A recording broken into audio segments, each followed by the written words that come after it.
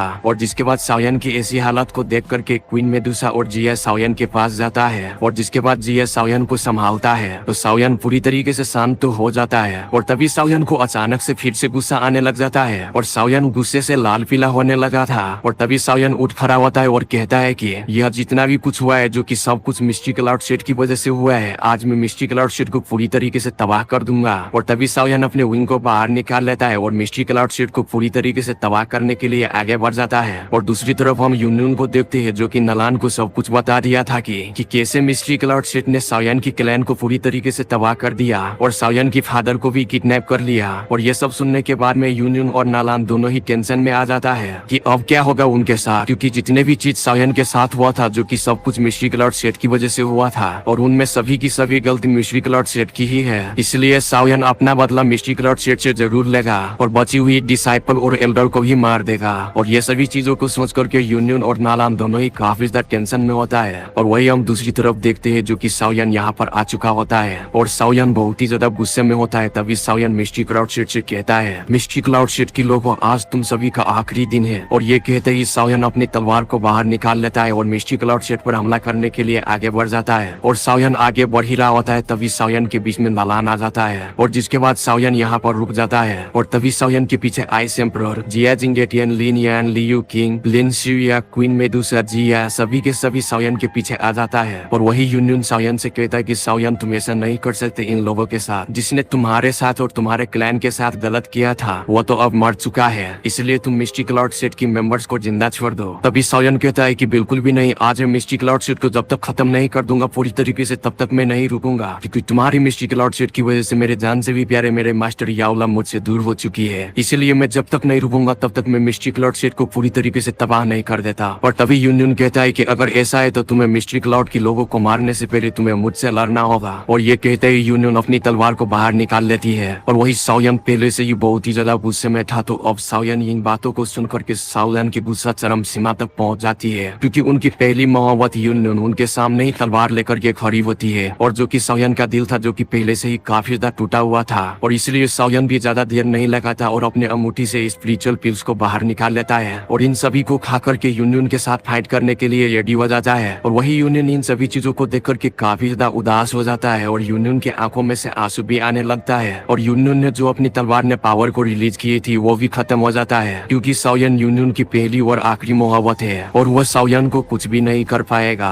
और तभी यूनियन के सामने में नालान आ जाती है और बोलती है, मास्टर आपको साओयन से फाइट करने की कोई भी जरूरत नहीं है, मैं उनसे लड़ूंगा। और तभी साओयन के सामने में आइस एम्परर आ जाता है और आइस एम्परर साओयन से कहता है कि साओयन तुम्हें भी उससे फाइट करने की जरूरत नहीं है, इन सबको मैं एक ही बार में आइस के गोले बना करके फ्रीज में रखवा दूंगा। और वही नायान यूनियन से बोलती है, मास्टर आपको इनसे फाइट करने की कोई भी जरूरत नहीं है, क्योंकि आप काफी ज्यादा जख्मी हो चुकी हो। और मैं आप सभी को बता दूं कि यूनियन कैसे जख्मी हो गई है। और जैसा कि आप सभी ने एपिसोड 59 में देखा था कि जब साओयन ने यूनसेन को मार डाला था तो प्रोटेक्टर गो आकर के यूनसेन की बॉडी को खा जाता है। और वही यूनियन इन सभी चीजों को देख करके एक फॉर्मेशन को क्रिएट कर लिया था जिनकी मदद से यूनियन के पास ने बहुत ही बड़ा स्वाद आ चुका था। और तभी प्रोटेक्टर को इस अटैक को रोकने के लिए काउंटर अटैक कर देता है और वही प्रोटेक्टर को की अटैक बहुत ही ज्यादा पावरफुल था तो यूनियन काफी ज्यादा पीछे घसका हुआ चला जाता है और यूनियन बहुत ही ज्यादा जख्मी हो जाता है। तो आप सभी को पता चल ही गया होगा कि यूनियन किस तरीके से जख्मी हुई थी। और वही जिसके बाद नालान यूनियन को कहता है कि मास्टर आप बहुत ही ज्यादा जख्मी हो चुकी हो, इन सभी को आप मेरे ऊपर छोड़ दीजिए, मैं भी एक मिस्ट्री क्लाउड सेट की एल्डर हूँ, इसीलिए मेरा भी फर्ज बनता है मिस्ट्री क्लाउड सेट को प्रोटेक्ट करना। और दूसरी तरफ साओयन भी आइस एम्परर को मना करता है और कहता है, आइस एम्परर आपको बीच में पड़ने की कोई भी जरूरत नहीं है, क्योंकि आज मेरा दिल टूटा है, मेरे मास्टर मुझे छोड़ करके गए हैं, इसलिए आज मैं इन सभी से फाइट करूंगा। और वही नायान साओयन से कहता है कि साओयन मैं मिस्ट्री क्लाउड सेट की एक एल्डर हूँ, इस वजह से मुझे तुमसे फाइट करनी होगी, भले ही मिस्ट्री क्लाउड सेट ने तुम्हारे साथ कुछ भी किया हो,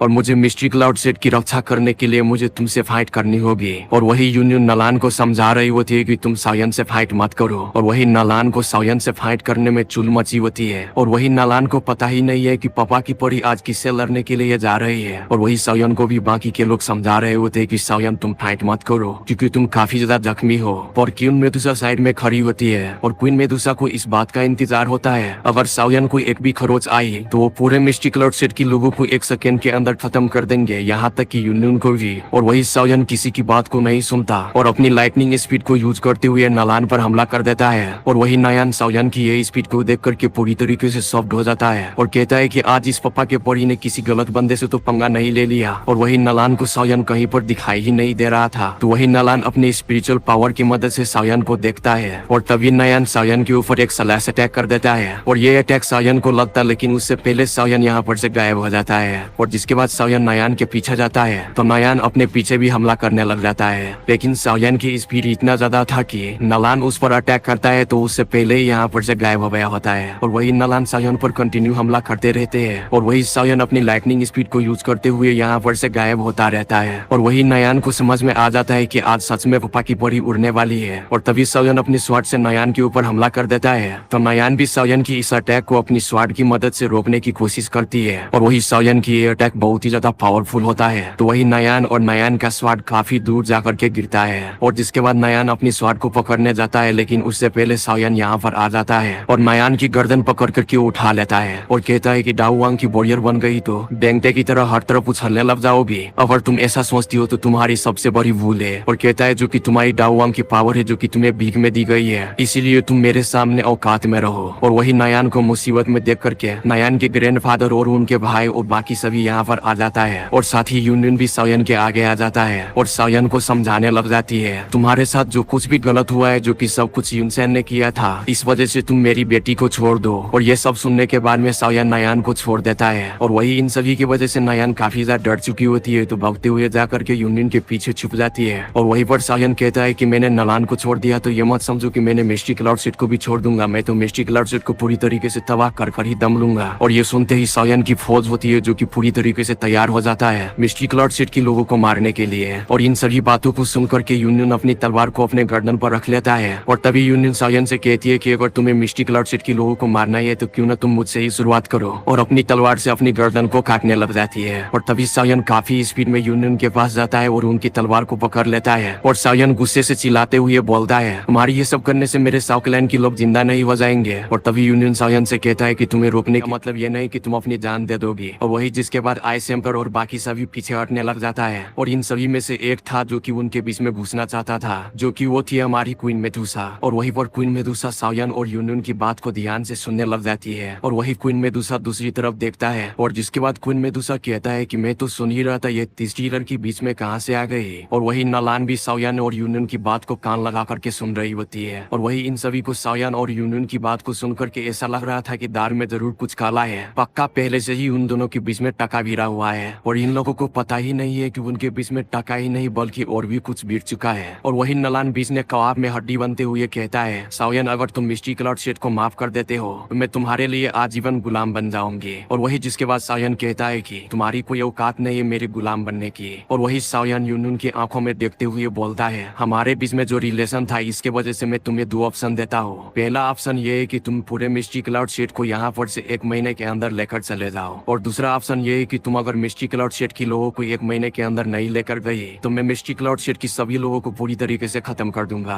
और तभी यूनियन कहती है कि हाँ ठीक है, मैं 1 महीने के अंदर सभी मिस्टी क्लाउड सेट के लोगों को लेकर यहाँ पर से चला जाऊंगा। और वही इसी के साथ ये वीडियो ख़त्म हो जाता है। अगर वीडियो अच्छा लगा तो लाइक सब्सक्राइब ज़रूर करना।